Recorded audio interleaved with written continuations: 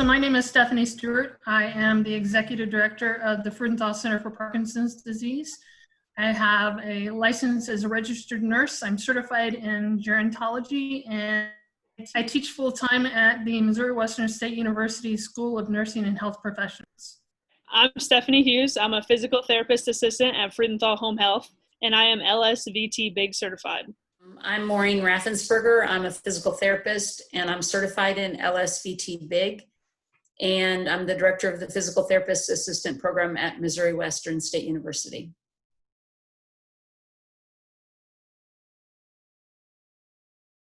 We went through the Edward Safra program, which is the Parkinson's Foundation program for nurse faculty in May of 2018 in Toledo, Ohio. That was really the initial training that I received for Parkinson's disease. And I tell everybody out there that it was by far the best training that anybody could ever attend. Having been a nurse for 23 years now, there's no training that compares to that. And then I was able to go the very next year to the Struthers Center up in Minneapolis and do what they call a back to clinic program, where I sat through the class again and got the information from different speakers. But then I was also able to go through the Struthers clinic for 2 days and spend time with them and see how they manage their clinic and how they see people with Parkinson's. I think between those two different programs, not only did I learn a great amount about Parkinson's, I also was able to create contacts and develop relationships with people who are national experts in Parkinson's disease, people who, when I have a question about Parkinson's, I can easily email them and say, what do you think about this? Is there anything that you would do differently? Are there things that you would encourage these folks to do based upon their symptoms or based upon what's going on with them? And I think that, in my opinion, is what is allowing me to use what I have, the knowledge that I've gained about Parkinson's to its fullest extent. It just feels like that's where I need to be, is helping those people with Parkinson's. So my interest in Parkinson's initially was right out of school. I was very interested in all neurological conditions more than anything else, because I think they're very difficult to treat. I went to a continuing education course, and the emphasis was on problems with older adults, and they specifically talked about Parkinson's. And so that kind of fueled my interest in working with people with Parkinson's disease. And then after Stephanie's training, she came to me and wanted someone that would partner with her to offer something for people with Parkinson's in the community. Actually, Maureen called me. I'm a high school basketball coach, and Maureen called me and suggested that I get certified in LSVT BIG, because it really is coaching when it comes to those exercises, and being very encouraging to those patients. And it's 4 weeks, 4 consecutive days. I mean, it's pretty important. It's almost like being at basketball practice. The BIG program has actually opened my eyes to Parkinson's more than anything else has. Seeing the impact that the program has on Parkinson's patients has really drawn me to it. Again, the outcome of the BIG program just really opened my eyes to Parkinson's, and really where people are at and the different levels of Parkinson's. And it really is crazy to see how that impacts those patients. That wasn't an accident that Stephanie Hughes was tapped to be the PTA that was specially trained in LSVT. It was because she has the mentality that of pushing people. She's just really great at pushing people right to the brink and then asking them just a tiny bit more, and knowing when it's too much and backing off. And that fine line is really hard to hit. And Stephanie's been able to do that since the beginning. Like, her patients get so much better because she pushes them harder than a lot of people would be comfortable. That coach mentality that Stephanie has as a PTA is really helpful. So anyway, okay. Stephanie Stewart, talk about those things you didn't talk about.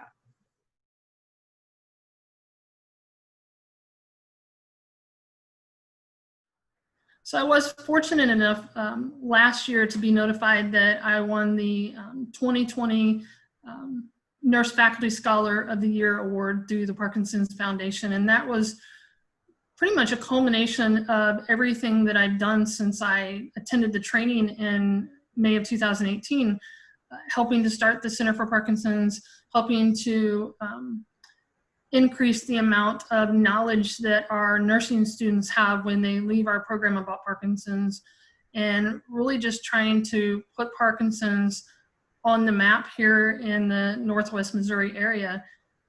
That was probably one of the best awards that I've won in my tenure as a nurse. And then, a couple weeks ago, I was notified that I won a grant from the Parkinson's Foundation to implement my Navigator program that I've been working on with my Doctor of Nursing Practice program at MU.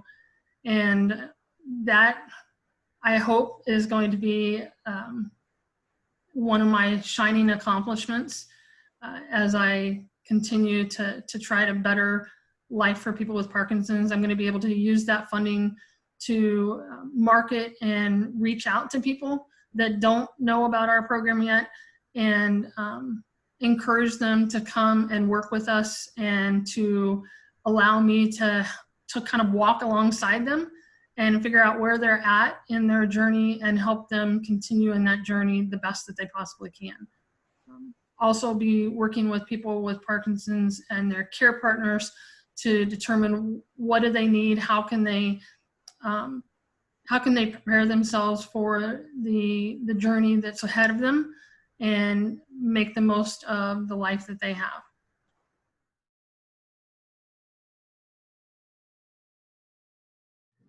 We do want to have the relationships with the neurologists and the movement disorder specialists and all of the folks that take care of people with Parkinson's, because we are able to offer an amazing service to people with Parkinson's here in the Northwest Missouri and Northeast Kansas area.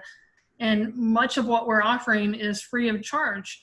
This is almost unheard of in our American economy nowadays. Correct. One of the things that I have learned in the last 2 to 3 years while working with people with Parkinson's and doing the research for my doctorate program is that not because of anybody's fault, most of our folks do not get enough time meeting with providers, meeting with healthcare professionals, because our system is so based on hurry, hurry, hurry, get that patient in, get that patient out.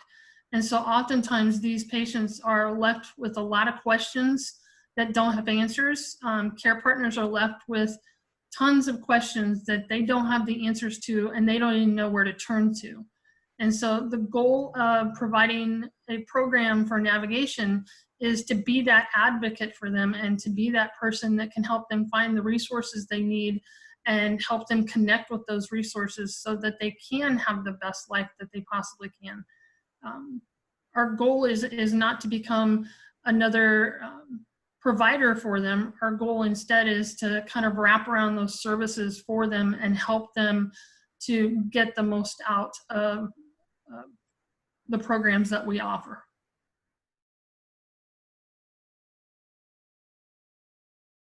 So Stephanie and I attended an allied team training for Parkinson's offered through the Parkinson's Foundation. A little over a year ago, we went to Cedar Rapids, Iowa City. And the focus of the training, it was 3 or 4 days of training where it was just focusing on how you build a team that can work together and use the strengths of each of the members of that team just for the purpose of Parkinson's. It was really helpful experience, I think, for us as we kind of began our journey on the Parkinson's trail.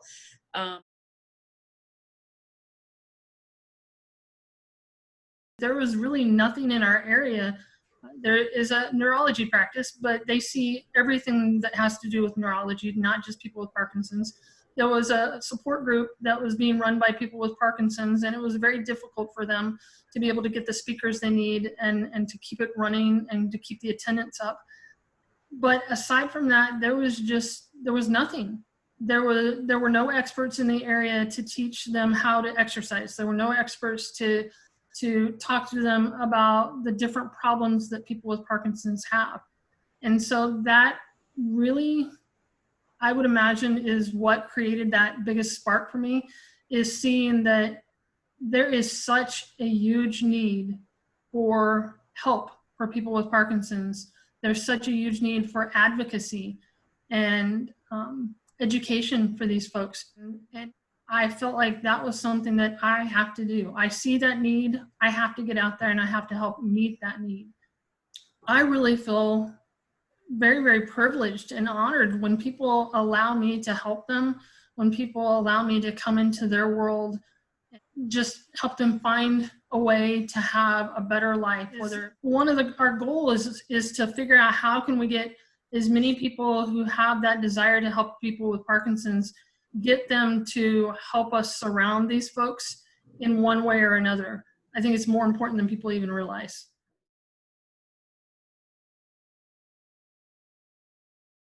I mean, we have a gentleman who